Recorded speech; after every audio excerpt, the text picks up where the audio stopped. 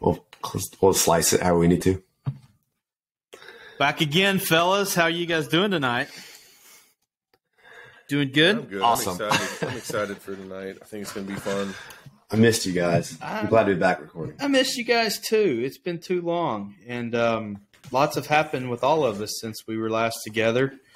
And it's good to just be able to be back on air. And we got some cool stuff that we want to talk about tonight. But you guys, I'm fired up, okay? So it's pregame. I cranked up some Eye of the Tiger. I just want you guys to know I'm a nerd that way, okay? But I'm fired up about – well, yeah.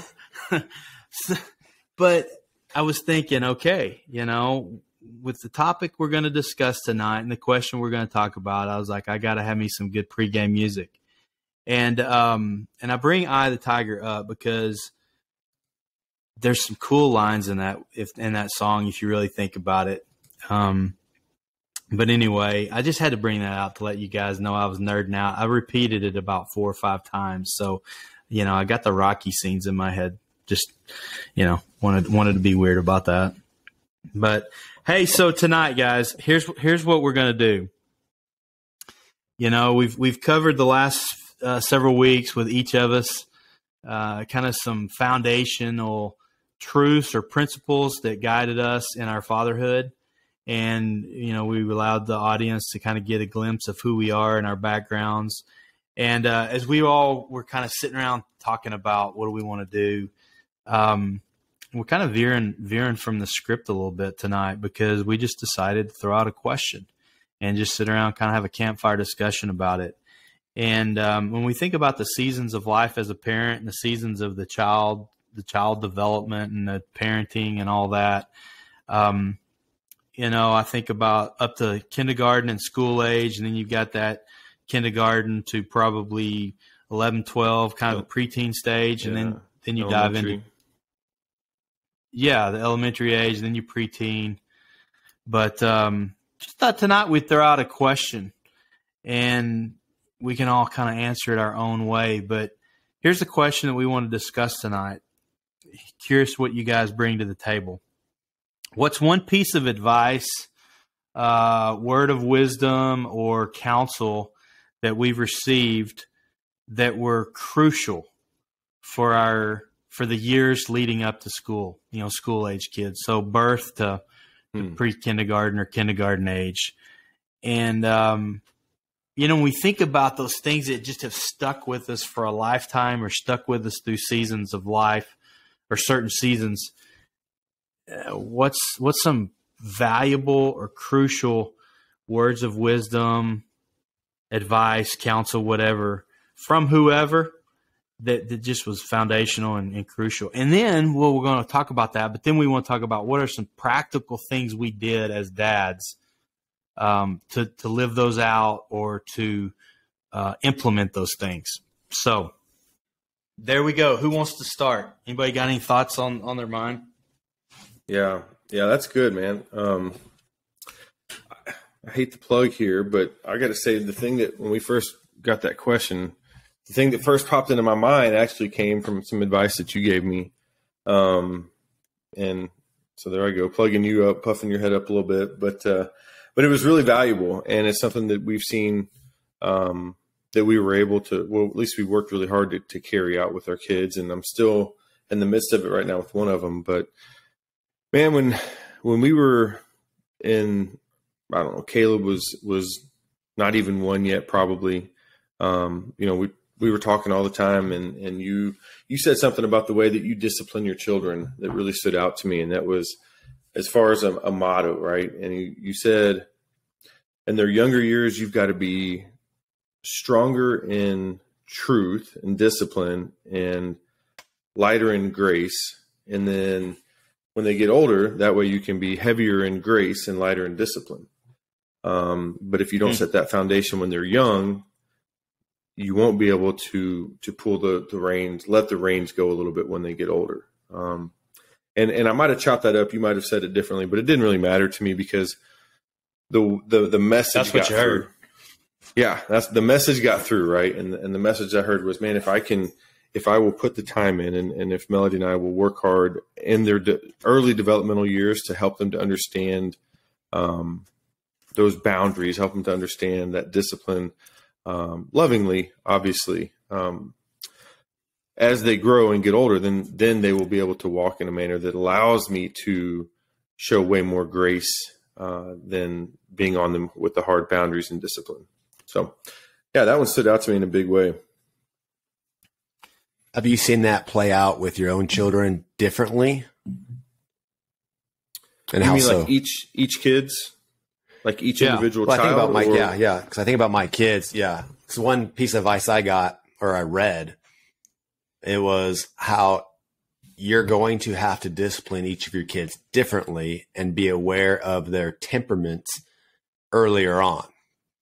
And so I know at first I was like really hard on my oldest, Jaden, and realized soon like he listened really quickly. So I'd have to continue being hard on him, as Paxton is more the stubborn one. And I had to have no grace and be consistently on him. Right. And so I just want to see how that's played out with you and your kids, just as people are listening. Like, it's not like, make sure we're not, I don't know, maybe you are, it's not pounding the hammer all day long on all the kids. I mean, it's part of it's knowing their temperaments and who they are. Right. Yeah, no doubt. Yeah. So for the way that I've looked at that is I completely agree. Like, each kid is different and what they need in a discipline stance is different. My oldest Caleb, had to be heavy on it with him. Right. And again, I think it'd be good for us to talk about how do we discipline our kids and what does that look like? But for Caleb, it was, it had to be all the time. It felt like when he was in 2, 3, 4, 5, I mean, we were just on him constantly. Right. And always loving and always coming back and following that discipline up with love. But it was constant. Right. Whereas my daughter, Abigail, she's 2 years younger than Caleb, and man, I could look at her angrily and she'd start crying. Right. And so the way that carried out was definitely different. And so she seemed easier, but they were still having the same heavy boundaries. And if you cross those, this is what will happen, right? There are consequences that go with it. And so, and then Zeke, again, like he's different than either of them. And he's got his own strengths and hard lines that he's going to die for or negotiate for constantly. Right. And so, it's looked differently again, even with him. But again, I do believe that those early years, you have to be, even the little things, and they've got to understand, you said no. Did you get out of your seat, even though you told, yeah, well, okay, there's a consequence for that. Right. And you can't let those things slide, or they won't understand the foundation of, okay, Dad said this, better yet, God said this, later on in life, I need to obey and do it now. So good. Yeah. And I think where I was coming from back then and what I was trying to implement with my own kids, really kind of comes out of John chapter 1 and the passage in verse 14. Beautiful picture of Christ, by the way, but it says, and the Word became flesh and dwelt among us, and we have seen his glory as of the only Son from the Father, full of grace and truth. And, that idea of Jesus is the perfect embodiment. He's the fullness of both grace and truth. He didn't swing all truth and no grace, or all grace and no truth. And we're humans, so we tend to be on that pendulum, and the balance of wanting to model and emulate Jesus, of being all of those, but really thinking about it in the child development and the child stage of parenting, hammer on that truth early on, and you guys nailed that. But that's really the background of where I was coming from back then, when I kind of took that and said, okay, how do I implement this into my family? Obviously I wanted to be all of that, but we have to hammer that truth and that discipline early on and not give ground, so that as you get older, and I kind of emulate with the parenting, that stage of grace, it's the trust stage. You know, you want to develop those boundaries early on at such a young age, so that as they're older, as they're preteens and teens, you give them some rope because you trust them and you want them to know that you trust them. You know, does that make sense? Yeah, that's good. Yep, absolutely. All right, so that was a quick one for me. Oh, go ahead, Josh. No, I was just kind of piggyback off that a little bit is as I'm reflecting. So my youngest just went to kindergarten, but how that looks, the grace and truth looked completely different with her than my oldest when I was a new parent trying to figure out. Yeah. I didn't know what my boundaries were, or they kept on changing because maybe I was too hard. And so I'd bring it back. And then I think my oldest was like, I'd see it now playing out with him as a fifth grader is I wasn't consistent enough because it was kind of all over the board trying to figure out where those boundaries are and what rules did I want to keep them to. Like I remember my parents were really strict at the dinner table and I didn't want to be that strict. And so understanding, you know, one day I tell him, hey, don't get up. Other day it'd be okay. And now he at fifth grade, he knows how to like play that line where it's like, okay, dad said this, but let's see how serious he is. And as with Elio, I felt like we were a lot more consistent with our boundaries. And so she knows what those boundaries are and she knows where not to cross and where not even to try to cross, but then also knows where all her freedom is within the boundaries that we set. And so it's interesting to think back now. I mean, as a new parent, do you really know what you're doing? Like, you don't know what you're getting yourself into, and you think you have what you want to lay down. And, you know, we all had pretty solid foundations. We know what the ultimate end goal was, but there's so much wiggle room within that. And so I would say go off that grace, mercy, just being consistent, be consistent with what you tell them and holding them to whether you say, I'm going to discipline you if you do this, right? Staying to that truth at that level. That's good. What about you, Josh? That's really good. What are some words of advice or counsel that you got in those early years? Well, I think that would be it, was just be consistent with what you're doing. And don't be afraid to come back. And I know, like, it sounds weird where apologize, even though your kid may not be able to talk at the point or whatnot, but there's plenty of times where like I was too hard on Jaden and he could barely walk across the room. And it was me with good intentions of, I want to set the standards now, but also coming back and understanding to, hey, Jaden, maybe at that age, it wasn't, I'm sorry, and try to explain why I'm sorry, but maybe it was more of, all right, hey, let's go more quality time with him at that point.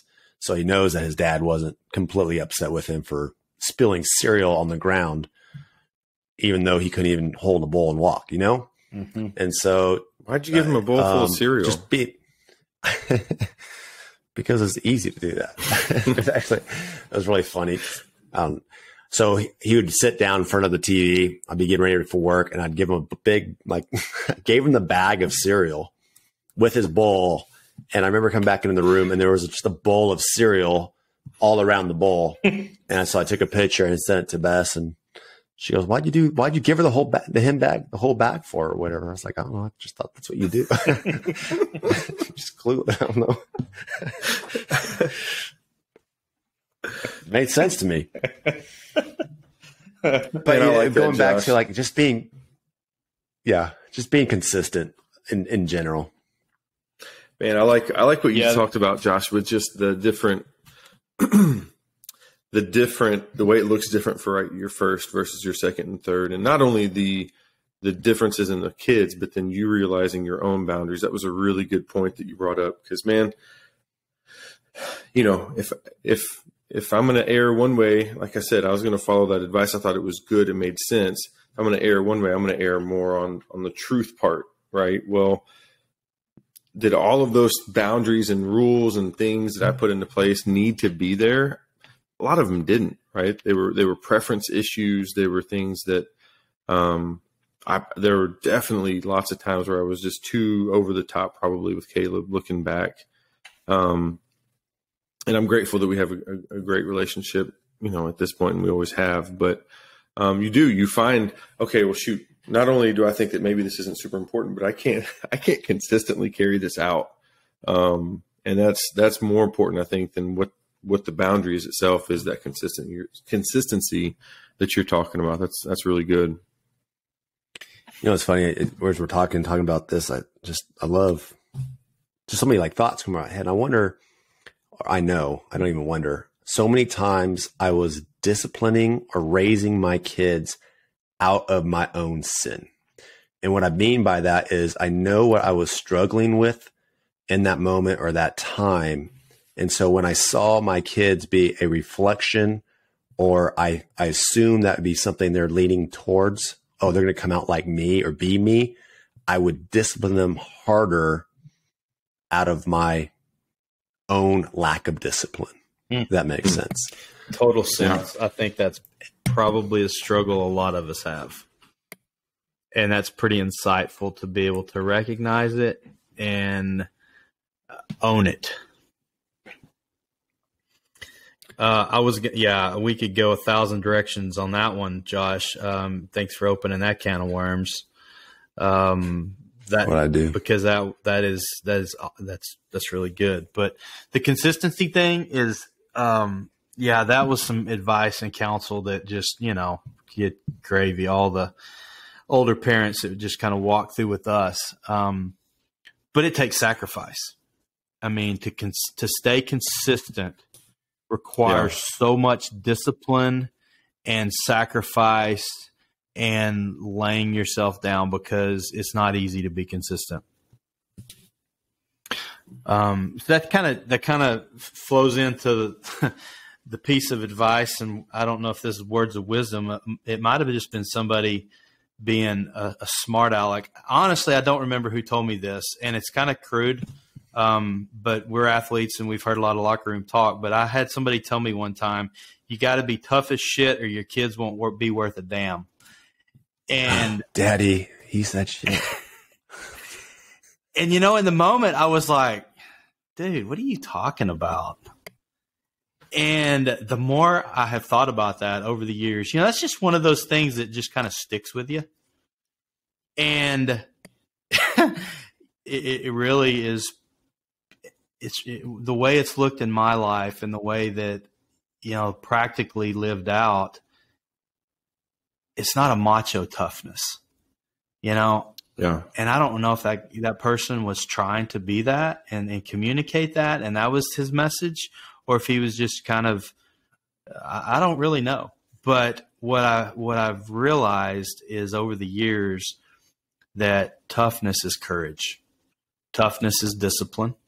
Toughness is grit and being willing to make the hard decisions. And it's no different in any other facet of life. Parenting is the same as marriage, as business, whatever. But that's my definition of toughness, is courage, exhibiting strength. It's not a macho strength. It's a gentle strength to some degree. But then that discipline. And, I think about when my kids were pre-kindergarten, you hear every generation talk about, oh my gosh, I'd hate to raise kids in the climate today. But I think back and think, everything that my kids are going to face raising their kids, it's going to require toughness. It's going to require courage. And I think about those days when we're in a restaurant and one of my kids might have been acting up, and I'm trying to discipline them, or I'm trying to get them to have table manners. Am I going to cave and just give them the easy cookie or the easy crayon or whatever it is they're screaming and throwing a fit about? Or am I going to hold my ground and say, this is how we act at the dinner table? fill in the blank of all the examples. And dads, one of the things that was a struggle for me too is there's times when you've got to be tough, courageous, and strong to go against your wife. And honestly, guys, I don't know about y'all, but I see a lot of dads that are terrified of mom. And they acquiesce to a mother who wants their way or thinks their way is better instead of handling it in a way of, hey, let's talk about this together. I know a lot of dads that acquiesce to a mom's desire. And there's times when that won't work. Bottom line truth, there's times when a dad has to step in and say, honey, I know you mean well. We see things totally different in this, especially when it comes to raising boys, right? I remember so many times when Colton was 2, 3, 4, 5 years old, boys are going to roughhouse, right? Let them be boys. Don't baby them, honey. What are you talking about? I'm not babying them. Yes, you are. You're totally babying them. They've got to learn to roughhouse. They've got to learn to be boys because one of these days they're going to grow up to be men. And that's hard conversation in the moment. But there's times you got to step in and say, honey, this isn't the way it works. I could go on and on and on, guys, but that's a couple of thoughts. What do you guys have on that? So true. Like things. I love just. Oh, go ahead, Dylan. All right, on the. You got it. Let's start, quit fighting over it. You got it. I was just talking about tough guys because Bess grew up with 3 sisters, and I grew up with 2 younger brothers, and just the whole idea of letting your child go get hurt was, a concept. And when we had his brother and they were just roughhousing in the house all the time, I playing these conversations in my head or these moments in my head of both of them going at it. I'm like, hey, it's okay. Just let them go. Like, let them go scrape their knee. Let them hurt their arm. And she's really good about it now. And it's awesome, but it's true. You gotta step up sometimes like that. Yeah, that issue wasn't one for us. Melody grew up with 3 brothers. So, she was used to that. But I had some, it's funny when you said just, one of the good pieces of advice that I had after being married for about a year, maybe, came from my good friend Hunter. And he just said, our wives are very similar. They're great, bright, strong women who love Jesus. And he said, you know what, Dylan? Sometimes it's okay for her to be mad at you. And I've shared that advice with her, and he has too. But man, we forget that. Like at least me, and my nature to a sinful point is people pleasing, right? And so, but you can lose sight of the fact that God gives me that wisdom as well, right? And God, she's bright, and I have so much respect for her walk with the Lord. And there's times when she's right, but there's also times when I am, and we need to stand up for that. So that's really good. I thought that was pretty that's funny, excellent though. Because that is excellent because there are times that you're going to have to be okay with her being mad at you. And you know what? And that's conflict. I found that we too often run from conflict to seek comfort, right? And I'm not saying run to conflict for the sake of conflict, but when it needs to arise, that's okay. Like it's okay to be there. Well, and that was the other point I was going to make on that being tough, is it's making the hard choices. And especially today, we are raising entitled kids. We're not teaching our kids that we need to engage in conflict in a healthy way. We can't be afraid of conflict. You have to take responsibility. And a lot of times responsibility requires having to face conflict. Man, we could just keep going on and on and on about the things that, in terms of raising entitled kids, but the toughness, the mental toughness, the discipline, we've gotten away from that. Can I, when you were talking, Philip, when you're first talking about this idea of toughness. I was reminded of a quote that my offensive line coach in Detroit, who's become a good friend of mine, Jeremiah Washburn, he had a definition for toughness that I wrote down on my phone because I thought it was different than what a lot of people said, but I think it's very fitting for what we're talking about. He said toughness to him was having the discipline to do the mundane tasks day after day, rep after rep, to do the things it takes to be a successful player that are at times difficult or monotonous with the same intensity each time. And when you think about that, and he then said, I wrote down competing at the highest level of intensity, right?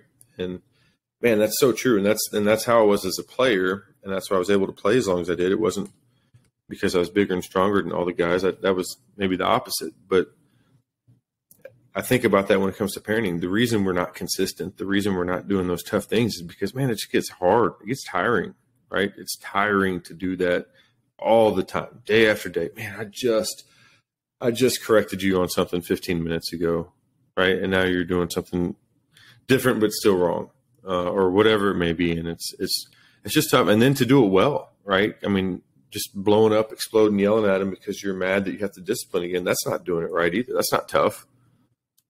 That's selfish. Yeah, excellent. I love that definition, and that's exactly kind of where my thoughts are. And I think of the passage in Joshua when Joshua is being instructed to be strong and courageous. Being tough is not a machismo. It's not that. It's exactly what you talked about, and it is that same thing every single day. And it's diving into the same, whether it's a behavior issue or whether you're training them to do something specific, training them in a behavior, training them in a habit, whatever. It just is hard work, and it's not for the faint of heart. And you've got to stay at it moment by moment by moment. And also knowing that to create those boundaries, if you, going back to what you said, Dylan, if you're heavy on discipline early, heavy on grace later, those boundaries are established, but you can't establish those boundaries unless you're just continually hammering it out day after day after day. And honestly, we get tired, we get lazy, and that's when we start dropping the ball. So I love you shared that quote. There's a friend of mine, and he's an elder in our church, and we were in a group together and was hammering through some stuff, and he made this quote. He said there's on his wall in his office, he has this quote: "Arrive first, act first, always be on offense, never quit." And I just think, man, that's goes hand in hand with what your quote was, or your coach, Dylan. I like that. Arrive first, act first, always be on offense. And never quit. Yep. And never quit. Arrive first, act first, always be on offense, never quit. And like, wow, if that's a motto for anything, but especially parenting and marriage, right?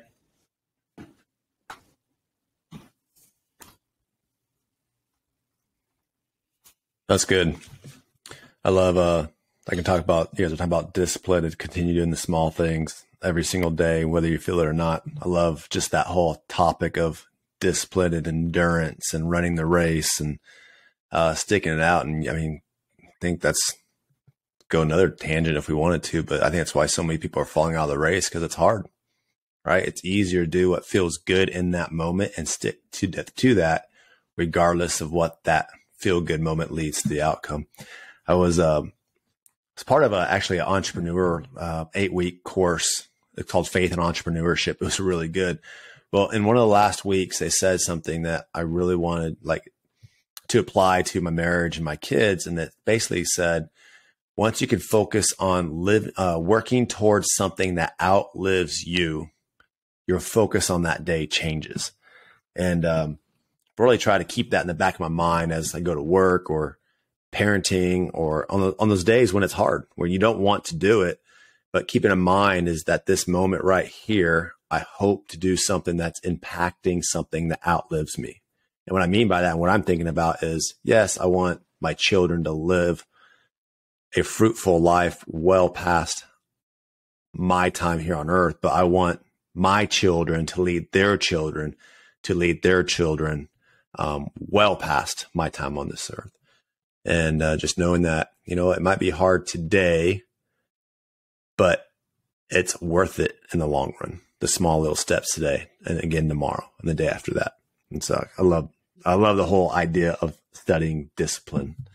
So, and you guys, I know y'all were like, okay, why did this moron talk about Eye of the Tiger on my intro there? But that there's a line in that song that I always think about. And it's in the very first verse is, so many times it happens too fast, you trade your passion for glory. And as I was thinking about this, I think about, okay, when we're all young parents, we've got this passion and we were like, okay, we're going to pour our souls into these little bitty babies. And then somewhere along the way, we trade that passion for glory. And you're like, okay, what do you mean by that, Philip? How do you, what kind of glory, as in glory in ourselves, our selfishness, our laziness, our self-gratification, the things you just mentioned, Josh. And that's what happens. And you have to stay in that fight. You have to stay the day to day, that toughness and grit. And obviously in the context of God providing the resources and providing the courage and the strength and the toughness. But, we know that's a given. Yeah. That's good stuff, guys. Eye of the Tiger was on my playlist for college football before every game. Of course. Well, I wasn't good enough to play college, but it was mine in high school. That song was out when you were in high school? Can I, bro? Oh man, that one stung. So, okay, can I close, because you guys have seen me get in the boxing ring with Josh. So you're just going to kind of laugh at this story. So folks, who are listening, in our ministry, when we were in Lubbock, when I met all these guys, we had a boxing night one night, and we had a group of guys. Dylan, when they trained, they had all the offensive linemen. They trained with boxing gloves, and so we got these boxing gloves and had a boxing night in our backyard. And I've been in a few fist fights in my life, and I thought, this will be interesting to get in here. Well, I got in the ring with Josh, and he took me out about the third punch. And so that's always been a point of laughter for us. And Dad, you okay? Poor Colton thought I had just been knocked out forever. But back when I was a brawler, or somewhat of a brawler, I remember I was supposed to meet this guy at lunch one day, and I thought it was just going to be the two of us. Well, it attracted a huge crowd. And as I'm sitting out there waiting for this guy to show up, and us have our little schoolyard brawl in junior high, a friend of mine walked up behind me, started massaging my shoulders, and he said, "Eye the tiger, baby, eye the tiger." So there you go. One fun little junior high take me back years and years and years ago. But guys, when we're in the fight, when we're in it parenting, just remember, eye the tiger, baby, eye the tiger. That's right. All right. Now everybody knows how cheesy we are. We can wrap this up. But good stuff tonight, guys. Thinking about those crucial words of wisdom, advice, or counsel that we got in our kids leading up to school age. Next time we'll tackle another phase of life. But as always, it's great discussing with you, and we'll see you next time. Thanks for joining us, gang. See you later, guys. Appreciate y'all.